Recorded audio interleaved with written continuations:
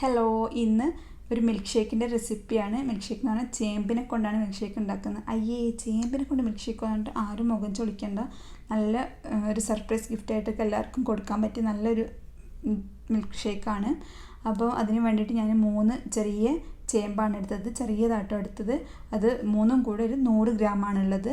അപ്പോൾ അത് നന്നായിട്ട് കഴുകി വൃത്തിയാക്കിയിട്ട് തോലൊക്കെ പോക്കിയെടുക്കുക. അപ്പോൾ ഞാൻ വലുതാണെങ്കിലും ചെറുതാക്കി മുറിക്കുക കേട്ടോ. ഇപ്പോൾ ചെറുതായി ഞാൻ മുറിക്കുന്നില്ല. എന്നിട്ട് പ്രഷർ കുക്കറിലിട്ട് കുറച്ച് വെള്ളം ഒഴിച്ചിട്ട് വിസിലടിപ്പിക്കുകയാണ് ചെയ്യുന്നത്. വിസിലടിപ്പിക്കുമ്പോൾ മീഡിയം ഫ്ലെയിമിൽ തീ വെക്കുക. എന്നിട്ട് 2 വിസിലടിച്ചിട്ട് എടുക്കുക കേട്ടോ. ഒരുപാട് വെന്ത് ഉടഞ്ഞു പോകണ്ട. എന്ന് വെച്ചാൽ തീരെ കുക്കാവാതെ നിൽക്കരുത്. ചേമ്പ് കുക്കാവാഞ്ഞാൽ ചൊറിയും. അപ്പോൾ അതൊക്കെ കണ്ടില്ലേ, നമ്മളിങ്ങനെ അമർത്തി കൊടുക്കുന്ന സമയത്ത് നന്നായിട്ട് കുക്കായി വന്നിട്ടുണ്ട് മനസ്സിലാവുക. അപ്പോൾ ഈ ഒരു പരുവം ആകണം എന്തായാലും.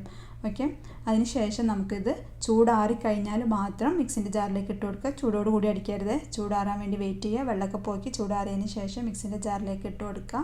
എന്നിട്ട് തണുത്ത പാല് 1 ഗ്ലാസ് ഒഴിച്ച് കൊടുക്കുക. അല്ലെങ്കിൽ ഐസ് ആക്കിയെടുക്കുക. അതായത് ഫ്രീസറിൽ വെച്ചിട്ട് പാല് നന്നായിട്ട് കട്ടാക്കി ഉറപ്പിച്ചെടുത്തതിന് ശേഷം ഇട്ട് കൊടുക്കുകയും ചെയ്യാം. ഇനി അതിലേക്ക് 2 ടേബിൾ സ്പൂൺ പഞ്ചസാര ചേർത്ത് കൊടുക്കുന്നുണ്ട്. 2 മുതൽ 4 വരെയൊക്കെ ചേർക്കുക. ഓരോരുത്തരുടെ മധുരത്തിനനുസരിച്ച് ചെറിയ മാറ്റം ഉണ്ടാവും. ഇനി അതിലേക്ക് ഐസ്ക്രീം 2 ടേബിൾ സ്പൂൺ ചേർത്ത് കൊടുക്കുന്നുണ്ട് കേട്ടോ. ഐസ്ക്രീം ചേർക്കണം, അപ്പോഴേ നല്ലൊരു ടേസ്റ്റ് കിട്ടുള്ളൂ. പിന്നെ വാനില ഐസ്ക്രീം ചേർക്കുക. ഞാനിപ്പോൾ എൻ്റെ കയ്യിലുള്ളൊരു ഐസ്ക്രീം ചേർത്തു എന്ന് മാത്രം. ഇപ്പോൾ വാനില ഐസ്ക്രീം ചേർക്കുക. അപ്പോൾ നല്ലൊരു ടേസ്റ്റാണ്. അപ്പോൾ അത് ഈ ഒരു കൺസിസ്റ്റൻസിയാണ് ഉണ്ടാവുക.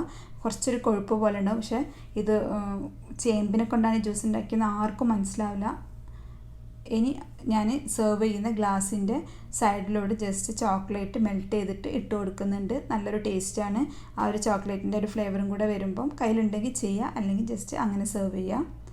എന്നിട്ട് നമ്മൾ നേരത്തെ റെഡിയാക്കി വെച്ച മിൽക്ക് ഷേക്കില്ലേ, അത് ഒഴിച്ച് കൊടുക്കുക. അപ്പോൾ അത് കറക്റ്റായിട്ട് ആ ഒരു ഗ്ലാസ്സിന് ഒരു ഗ്ലാസ് തന്നെയാണ് കറക്റ്റായിട്ട് വരുന്നത് കേട്ടോ. ഇനി അതിൻ്റെ മുകളിൽ കുറച്ച് നട്ട്സ് നിങ്ങളുടെ കയ്യിൽ ഏതാണോ ഉള്ളത് അത് ഇട്ട് കൊടുക്കുക.